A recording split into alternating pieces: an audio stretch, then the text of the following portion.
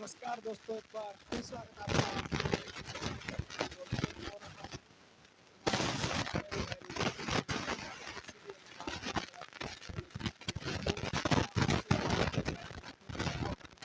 और से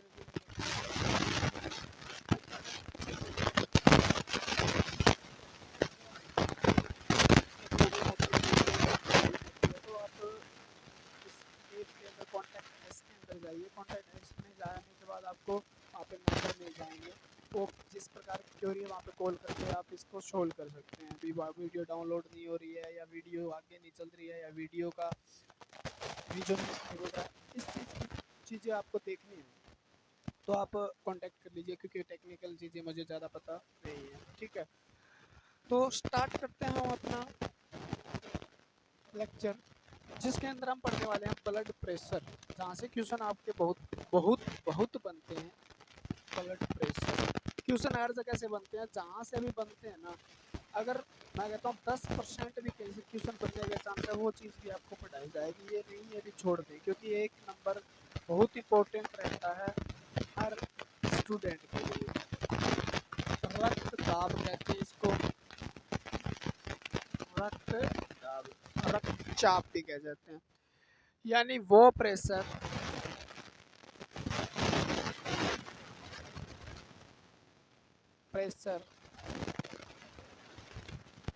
by blood on blood vessels wall, यानी रक्त द्वारा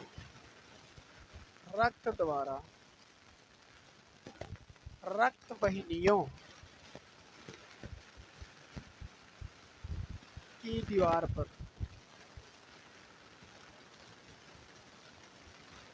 लगने वाला दाब जो है ना, वो ब्लड प्रेशर कहलाता है। ठीक है ना, जैसे देखो, उसको छोड़ दो, ये आपका हो गया, ये मान लो आपकी नलिकाएं हैं। ठीक है, काट देते हैं इसको, वॉल हो गई। तो ये क्या हो गई अपनी, ये एक पाइप है।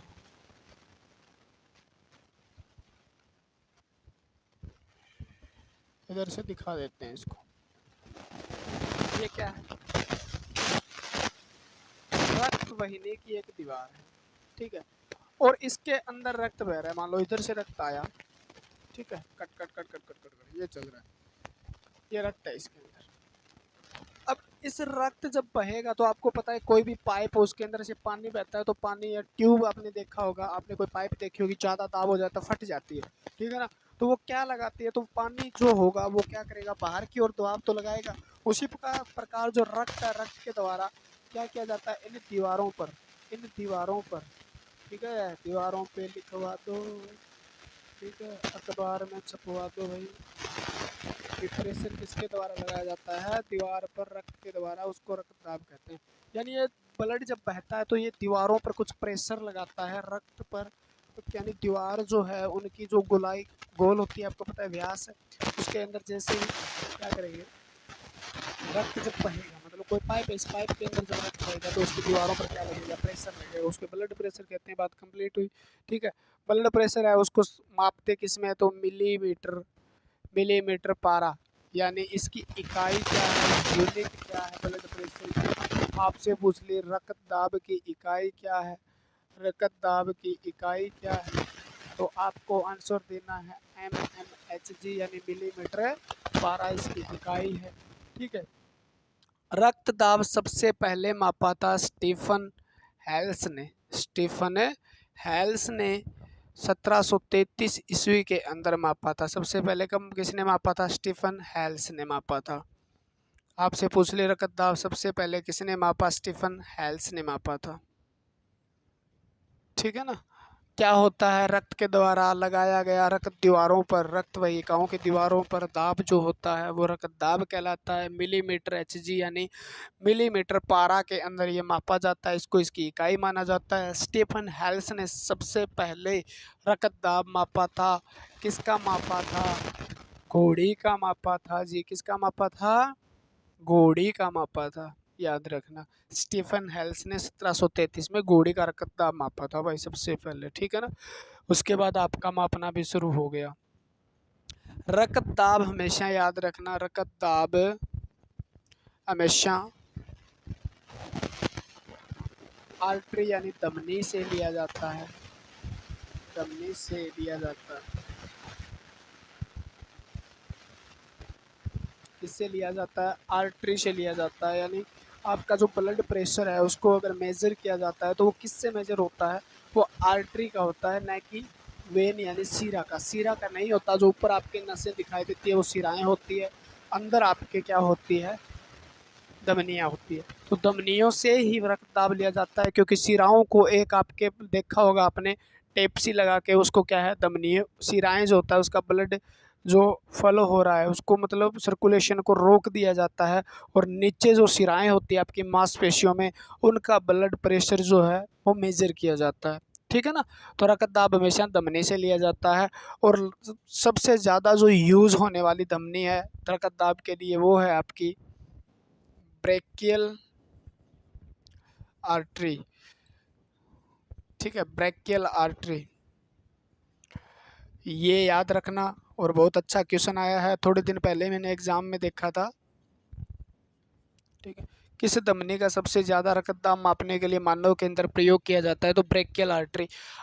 जो आपके जिसमें मतलब एंजाइना वगैरह आपने सुना होगा, ब्लड एंजाइना सुना है ना आपने, एंजाइना, एंजाइना, एंजाइना यानी आपके सीने में जो दर्द होता है, हार्ट अटैक का पहला साइन माना जाता है। मतलब आपके सीने में यहाँ से दर्द होना शुरू होता है और यहाँ तक आता है, उस सीने, उसे क्या बोलते हैं, एंजाइना बोलते हैं। क्या बोलते हैं, एंजाइना। हार्ट अटैक का साइन माना जाता है उसको, ठीक है ना। भी हाँ आपके सीने में दर्द है तो आपको हार्ट अटैक हो सकता है, ऐसा कहा जाता है डॉक्टर के द्वारा। आपको भाग के जब डॉक्टर के पास जाना चाहिए, ऐसा है, ठीक है।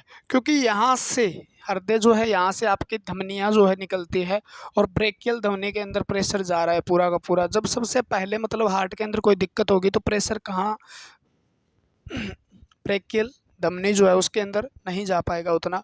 तो यहाँ से क्या होगा, इस हाथ के अंदर ब्लड की कमी की वजह से भी आपको दर्द होना शुरू हो जाता है, जिसे हम एंजाइना बोल देते हैं। क्या बोलते हैं, एंजाइना।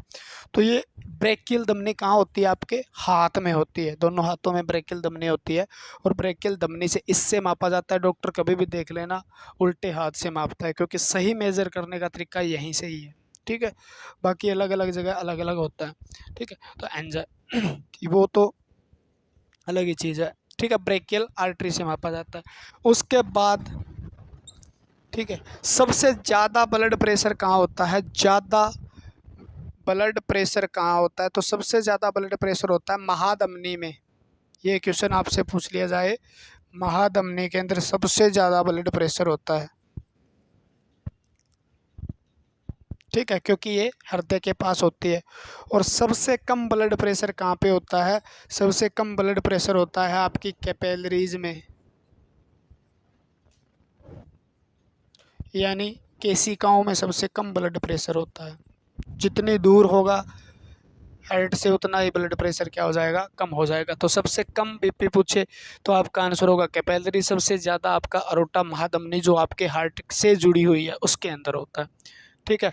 मिनिमम या नॉर्मल हार्ट जो होता है, नॉर्मल ब्लड प्रेशर कितना होता है आपका, ठीक है।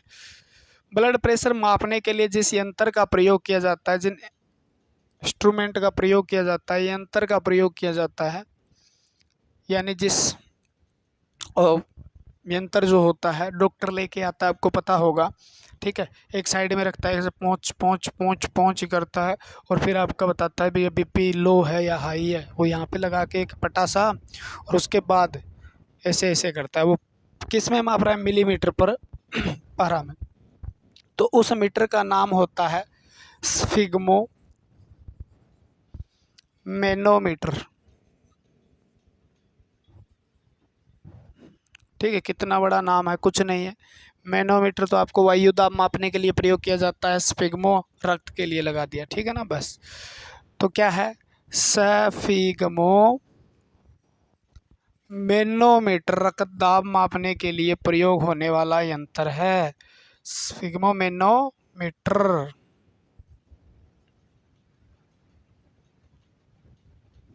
ठीक है। तो आपसे पूछ ले कौन सा इंस्ट्रूमेंट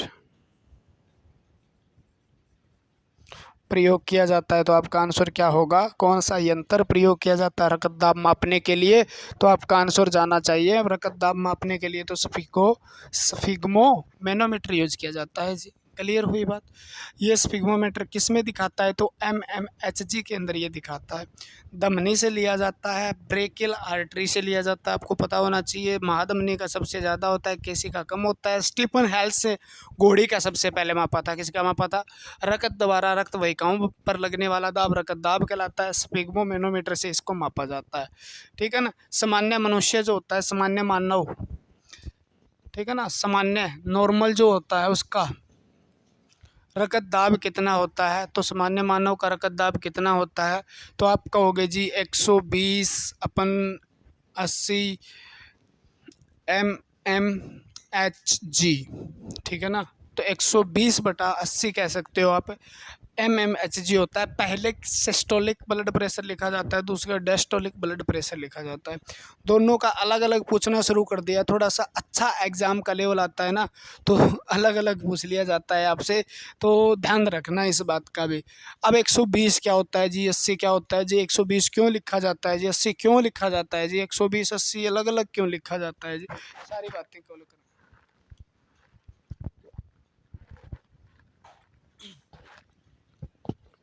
ठीक है। अब देखिए 120/80 दोनों का फ़र्क क्या है। ऊपर वाले को कहते हैं हम systolic blood pressure, systolic blood pressure, BP, blunder pride भी कहते हैं इसको, बीपी को ना। तो ये क्या है, आप कहो जी संकुचन रक्त दाब बोल देते हैं इसको, ठीक है ना। संकुचन रक्त दाब 120 संकुचन दोनों बताऊंगा क्या होता है, इसको बोल देते हैं डायस्टोलिक ब्लड प्रेशर, शीतलन रक्त दाब,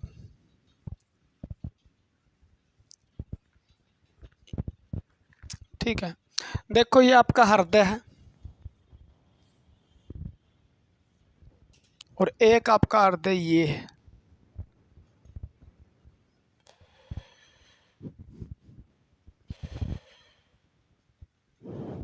ऊपर से सही है, ये हृदय, ठीक है। आपके दो हार्ट हो गए। अब ये मतलब क्या है, खुला है, आराम से खुला है, तो इसको खुले हृदय क्या है ये, अब हृदय क्या हो गया, ये सिस्टोल हो गया, यानी इसका शीतलन हुआ है, सॉरी ये पिचका हुआ है ना, संकुचित हो गया ये, यानी सिकुड़ गया ये, तो सिकुड़ना सिस्टोल बोलते हैं, सिकुड़ने को क्या बोलते हैं, सिस्टोल, ऐसे हो गया। और ये फैला हुआ है तो इसको डायस्टोल बोलते हैं, यानी इसको शीतलन बोलते हैं, ठीक है, डायस्टोल। अब जब पिचका होगा, दाब कब ज़्यादा होगा, जब पिचका होगा, जब पिचका होगा ना, जैसे आपने कोई भी पानी लिया, गुब्बारे में भी पानी भर लेते हो, उसके आगे पाइप लगाते हो, अब प्रेशर ज़्यादा कब होगा, जब आप उसको पिचकाओगे, यानी उसको उसका संकुचन करोगे, उसको सिकोड़ोगे, इसका कॉन्ट्रैक्शन करोगे, तब उसमें आगे रक्त दाब ज़्यादा। अब फैला दोगे तो रक्त दाब, पानी का दाब या किसका दाब आगे पाइप में कम हो जाता है ना। उसी प्रकार जब ये ऐसे करता है तो रक्त कहाँ जाता है, झपाक से धमनियों में जाता है। अब जब ये ऐसे होता है तो शिराओं से रक्त हृदय में आता है, लेकिन ऐसे करता है ना, ऐसे करता है, ऐसे करता है, तभी ये धमनियों में जाता है। तो ऐसे करने पे आगे प्रेशर ज़्यादा होगा, उसको हम ऊपर वाले को क्या है 120 सिस्टोलिक ब्लड प्रेशर बोलते हैं। यानी जब हृदय ऐसे होता है तब का ब्लड प्रेशर ये है, और हृदय जब ऐसे होता है तब का ब्लड प्रेशर ये, तो दोनों बताए गए हैं, दोनों एक साथ क्या किए जाते हैं, मेजर किए जाते हैं, या आप कह सकते हो दोनों एक साथ मापे जाते हैं भी, ऐसे करने पे कितना है, ऐसे करने पे कितना है, ठीक है ना। सिस्टोलिक और डायस्टोलिक, ये नॉर्मल की बात हो रही है, ये नॉर्मल की बात हो रही है, ठीक है ना। अब जी ब्लड प्रेशर हाई हो सकता है, हाई ब्लड प्रेशर किसे कहा जाता है, हाई ब्लड प्रेशर, और एक भाग होता है आपका low blood pressure, low blood pressure. देखो 120 है ना, 120, उसमें 20 ही बढ़ जाए मान लो, हो गया 140। 80 में भी 20 बढ़ा दो, ये हो गया आपका 100। यानी 80 वाला 100 हो जाए और 140 वाला 120 वाला 140 हो जाए, तो उसे हाई ब्लड प्रेशर बोल देते हैं। 140 प्लस हो जाए और नीचे वाला 100 प्लस हो जाए, mmHg मिलीमीटर पारा, ठीक है, हो जाए तो उसे हाई ब्लड प्रेशर बोल देते हैं। इसमें 20 घटा दो, नीचे वाला 100 हो जाए और ये लगभग 60 के करीब हो जाए, इससे और नीचे हो जाए तो उसको लो ब्लड प्रेशर बोल देते हैं। ब्लड प्रेशर कम हो जाता है आपका, तो उससे रक्त वाहिकाओं में दबाव जो अच्छे से नहीं बनेगा और आपका ब्लड पूरे जगह, ब्लड प्रेशर होना भी ज़रूरी है ना, क्योंकि तभी तो ब्लड हर जगह पहुंचेगा, आपके दिमाग में पहुंचेगा, आपके पैरों में पहुंचेगा, आपके हाथों की उंगलियों तक पहुंचेगा, पैरों की उंगलियों तक पहुंचेगा, दिमाग में पहुंचेगा। ब्लड प्रेशर नहीं है तो वहाँ तक पहुँच पाएगा। आपने जब भी देखा होगा कि ब्लड प्रेशर जिसका हाई होता है वो ज़्यादा बोलने लग जाता है, ज़्यादा बोलने लग जाता है, कंट्रोल में नहीं रहता, क्योंकि उसका हाई होने के बाद उसका दिमाग सही से काम नहीं करता। रियलिटी यही है, बीपी अगर किसी का हाई हो जाता है उसका दिमाग काम नहीं करता, क्योंकि उसके दिमाग में ज़्यादा ब्लड सप्लाई हो रही है, ठीक है, तो वो बोलना शुरू कर देता है, बहुत ज़्यादा बोलता है, या मतलब ऐसे ऐसे काम कर सकता है वो। और अगर हाई ब्लड प्रेशर है तो कुछ भी कर सकता है वो, मतलब उसका दिमाग सही से काम नहीं कर रहा होता, रियलिटी ये होती है। अगर लो ब्लड प्रेशर है उसका, तो आपने देखा होगा वो सफ़ेद सा नज़र आएगा। हाई ब्लड प्रेशर वाला लाल हो जाता है, क्योंकि रक्त वाहिका बहुत ज़्यादा प्रेशर है, उसकी वजह से आपका शरीर लाल दिखाई देने लग जाता है, बहुत तेज़ चल रही है आपकी हार्ट बीट। और लो ब्लड प्रेशर है तो हार्ट बीट कम हो गई आपकी, प्रेशर कम हो गया है, तो आप सफ़ेद से नज़र आओगे, सफ़ेद से नज़र आओगे और चक्कर आने की संभावना ज़्यादा रहती है। लो ब्लड प्रेशर वाला ज़्यादा कुछ बोलता नहीं है, उसको ज़्यादातर चक्कर आने की संभावना रहती है, वो सो जाता है, उसको मतलब अंधेरी आने लग जाती है, आंखों में अंधेरा सा छाने लग जाता है, तो वो लो ब्लड प्रेशर के साइन होते हैं, आपको पता होना चाहिए।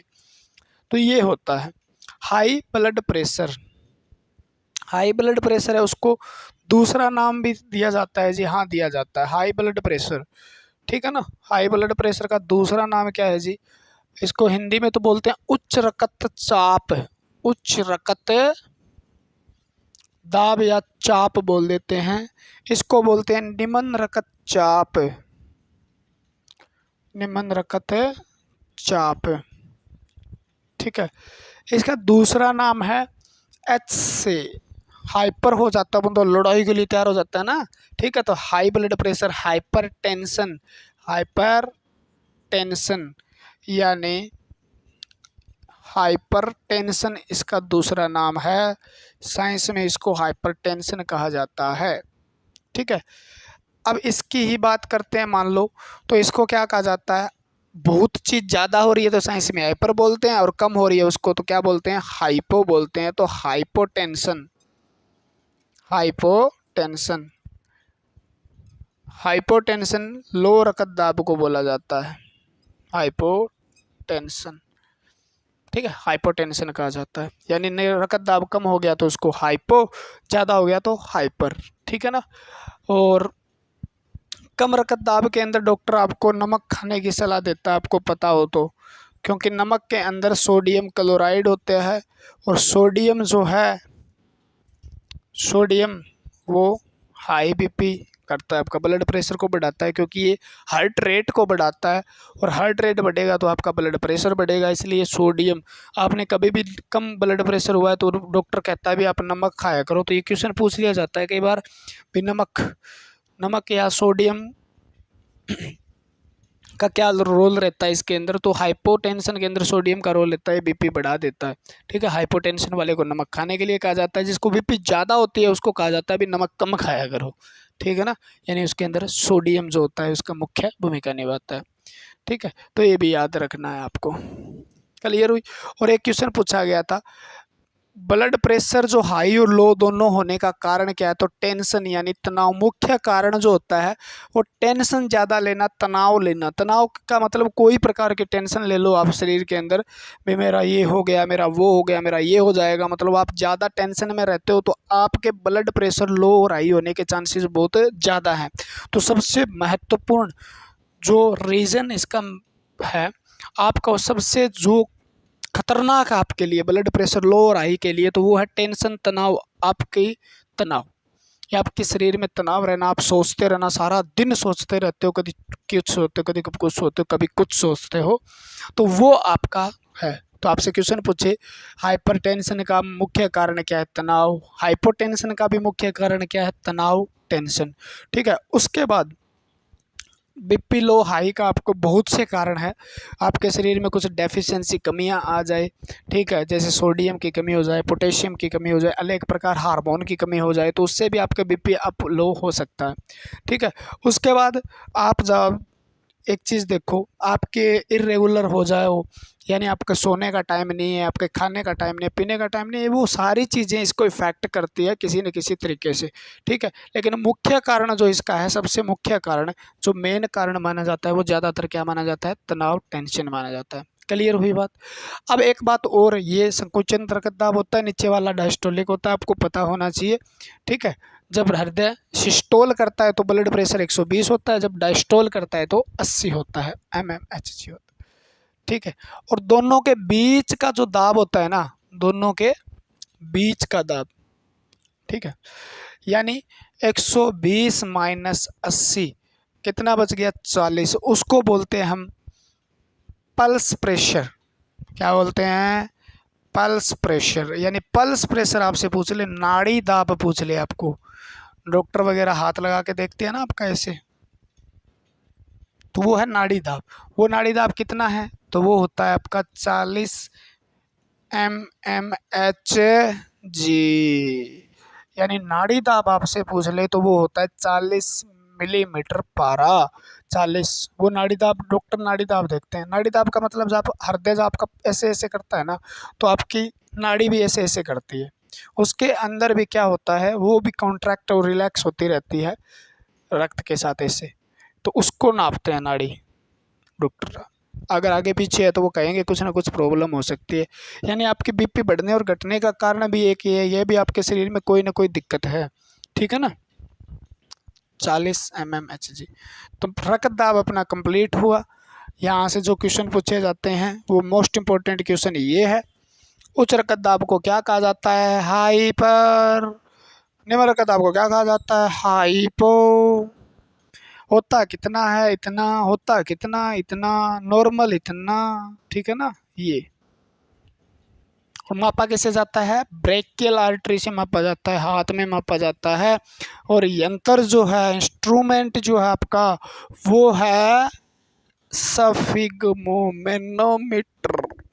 है ना? ब्लड प्रेशर खत्म। ब्लड प्रेशर खत्म। ठीक है ना?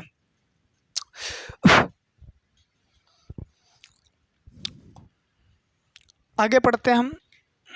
Lymphatic system.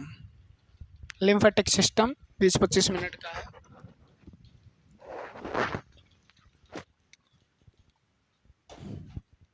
ठीक है।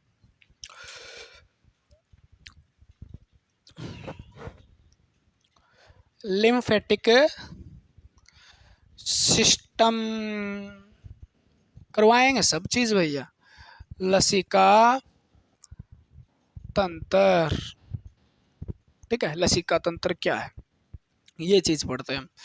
ठीक है। लसिका तंत्र के अंदर हमें पढ़ना होता है, एक तो लिम्फ फ्लूइड पढ़ना होता है, आप कह दो लिम्फ फ्लूइड। लसिका द्रव पढ़ना होता है हमें, लसिका द्रव।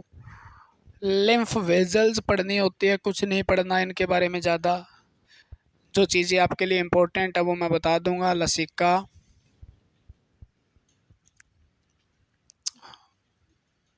वाहिका पढ़नी होती है आपको, और लिम्फ नोड पढ़ने होते हैं आपको। यहाँ से क्या क्वेश्चन पूछे जा सकते हैं? लसिका गांठ पढ़नी होती है आपको, परव कह दो, गांठ कह दो, ये चीज़ें पढ़नी है आपको। एक चीज़ मैं बताता हूँ, जैसे क्या हुआ देखो, ये रक्त वाहिका आई, यानी ये धमनी आई। आपको धमनी का पता होगा, देखो यहाँ से सब क्लियर कर देंगे यहाँ। और ये धमनी इधर गई, इधर गई मान लो,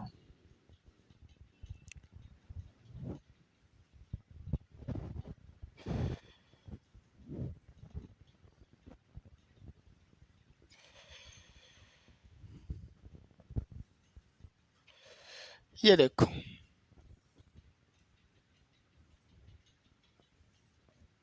ये हो गई इधर। ये क्या है? ये सीरा है। ये पीछे पढ़ा है तो हमने इनको क्या बोल दिया? हमने केशिकाएं, केशिकाएं, कैपिलरीज बोल दिया। अब इनके बीच में है छोटे छोटे सेल, ये क्या है? कोशिकाएं।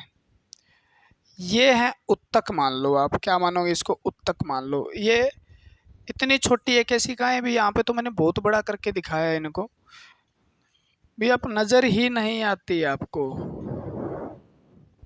ठीक है ना। इसके बीच में ये क्या है? ये उत्तक है।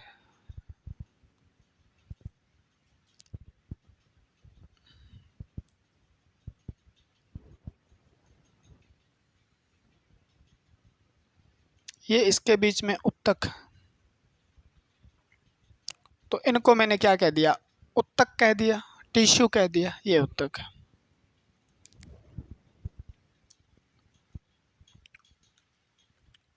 यहाँ से समझ में आ जाएगा बस, आज के बाद आपके दिमाग में टेंशन नहीं रहेगी इसको लेकर।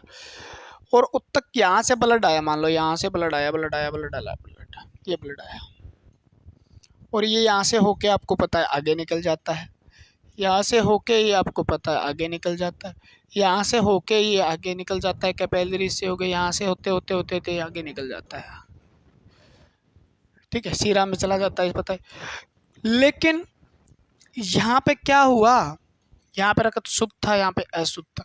लेकिन मैं बता दूं, ये केशिका है, मान लो केशिका के यहाँ पे उत्तक बनाऊं, मैं यहाँ पे उत्तक बनाऊं, ये उत्तक है, मान लो यहाँ बना देता हूँ उत्तक।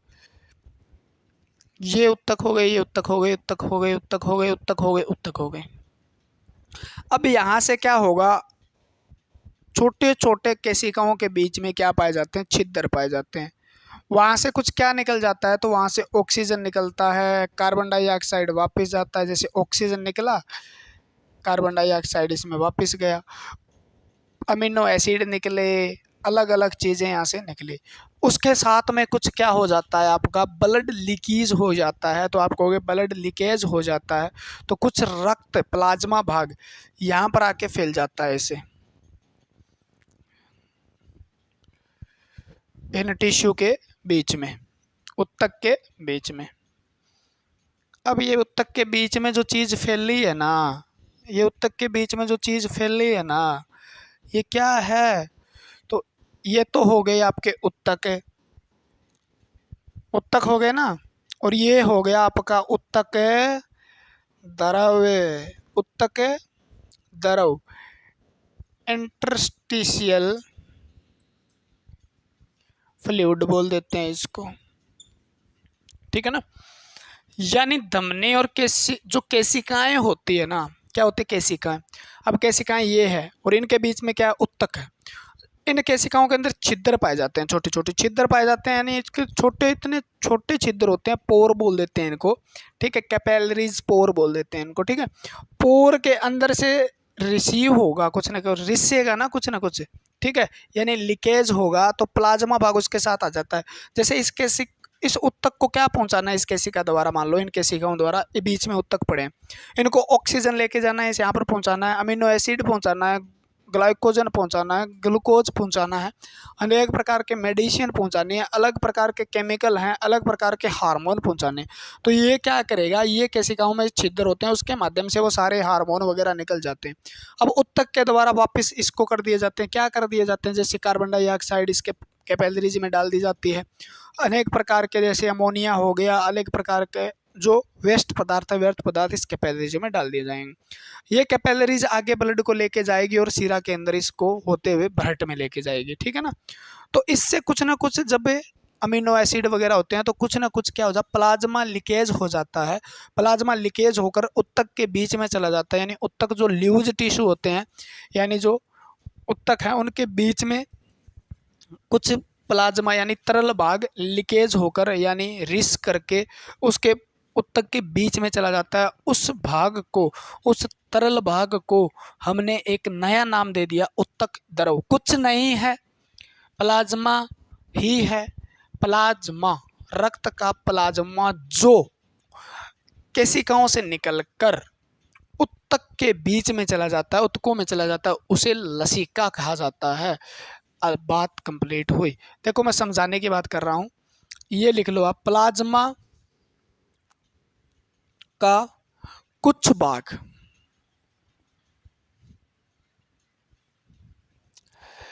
केशिकाओं से निकलकर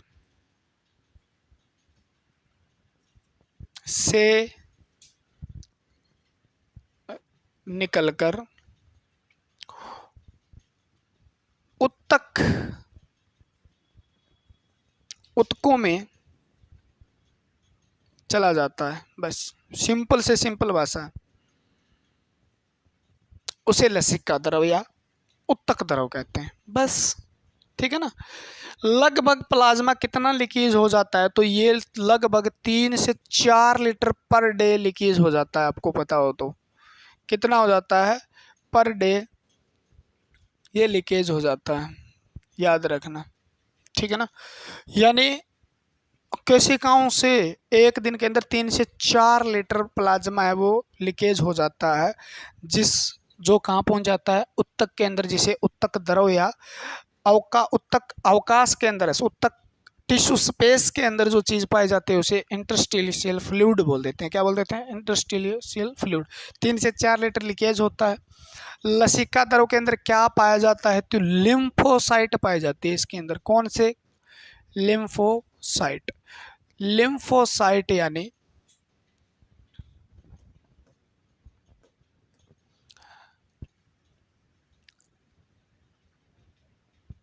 तो लिम्फोसाइट क्या है, तो लिम्फोसाइट आपकी WBC है, तो WBC इसके अंदर पाई जाती है, क्योंकि लिम्फोसाइट निकल जाती है, क्योंकि सबसे छोटी होती है, आपको पता है लिम्फोसाइट WBC में, तो इसके छिद्र से ही वो बाहर आ जाती है। और कहाँ आ जाती है? ये सब सिस्टम भगवान का बनाया हुआ है, ठीक है ना, किस प्रकार से क्या करना है। लिम्फोसाइट छोटी ना होती तो उत्तक द्रव में कैसे आती, तो लिम्फोसाइट किस में आ जाती है? उत्तक द्रव के अंदर आ जाती है।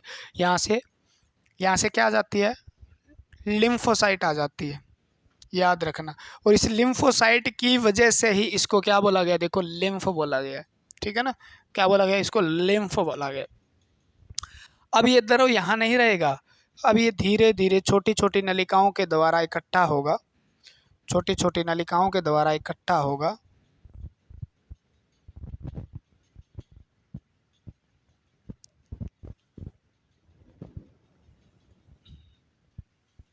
और आगे चला जाएगा।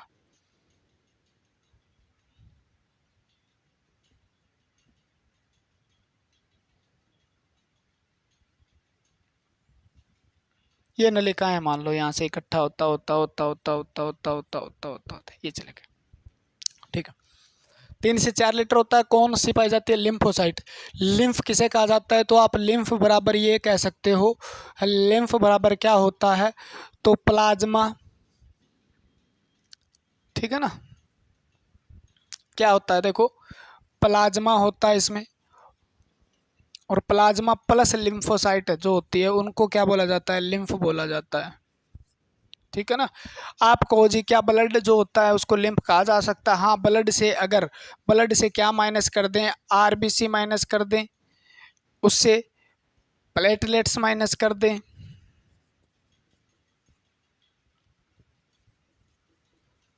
तो उसको क्या कहा जा सकता है? उसको कहा जा सकता है जी लिम्फ कहा जा सकता है, यानी उसको लसिका कहा जा सकता है। तो लसिका कुछ नहीं है, रक्त का ही भाग है जो केशिकाओं से लीकेज हुआ था। क्या हुआ था? लीकेज हुआ था।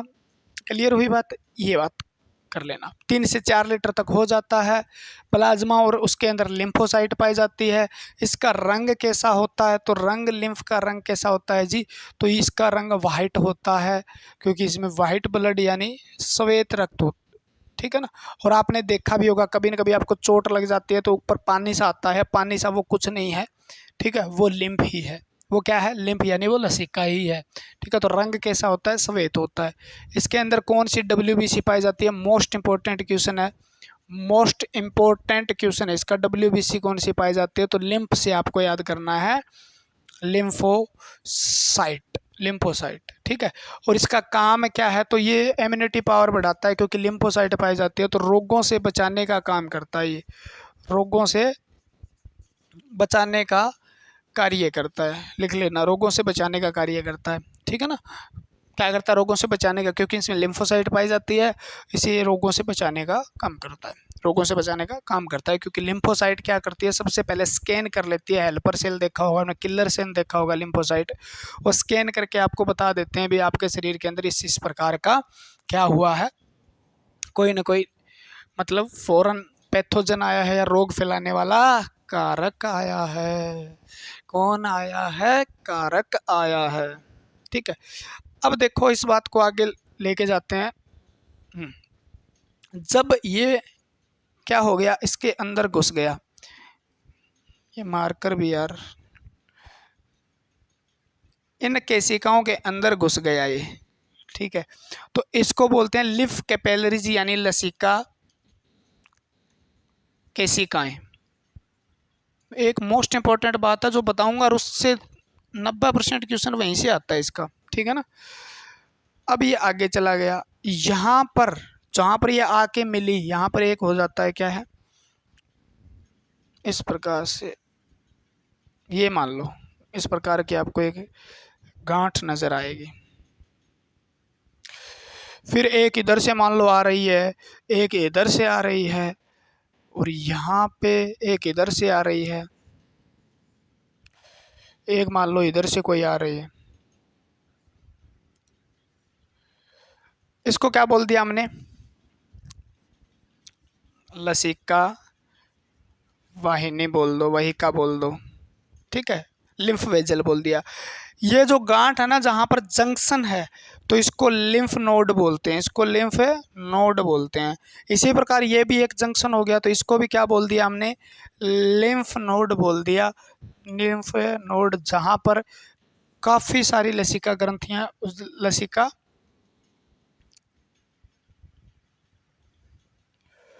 वहिकाएँ आके मिलती है, उसे लिम्फ नोड बोलते हैं। अब ये आगे एक बड़ी नलिका के माध्यम से आगे चली जाएगी, मान लो ये बड़ी नलिका बना देता हूँ मैं, ये बड़ी बड़ी, ठीक है, और ये सीरा है आपकी, ठीक है ना, ये सीरा है, और ये आपका हार्ट है, मान लो ये हार्ट है, ठीक है, और ये हार्ट में सीरा लेके जा रही है आपका ब्लड, तो धीरे से इसके साथ ये जुड़ जाती है आपकी लसिका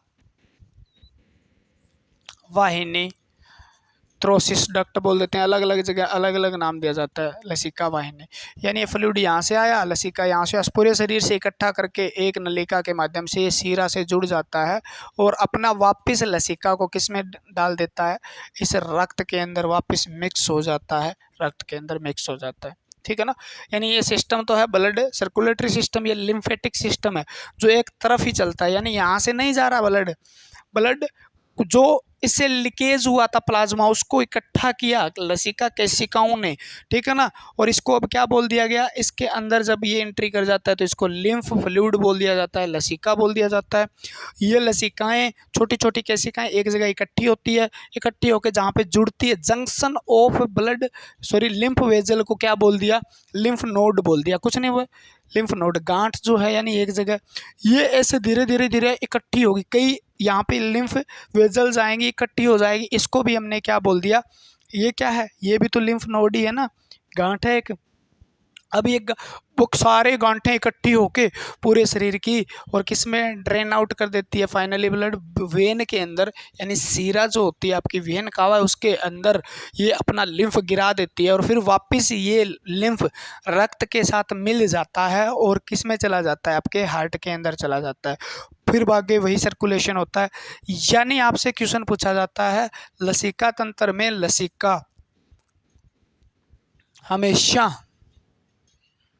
लसिका हमेशा शरीर से हृदय की ओर बहता है, याद रखना, शरीर से हृदय की ओर बहता है, ठीक है ना, लसिका हृदय की ओर बहता है, न कि हृदय से शरीर की ओर, क्योंकि ये शरीर से इकट्ठा करके हृदय तक इसको लसिका को पहुंचाता है, ये ब्लड में मिक्सअप हो जाता है दोबारा, फिर ये केशिकाएं लीकेज करती है, फिर ये लेके आता है, फिर मिक्सअप हो जाता है, इस प्रकार से ये काम चलता रहता है, तो ये लसिका तंत्र होता है आपका, ठीक है।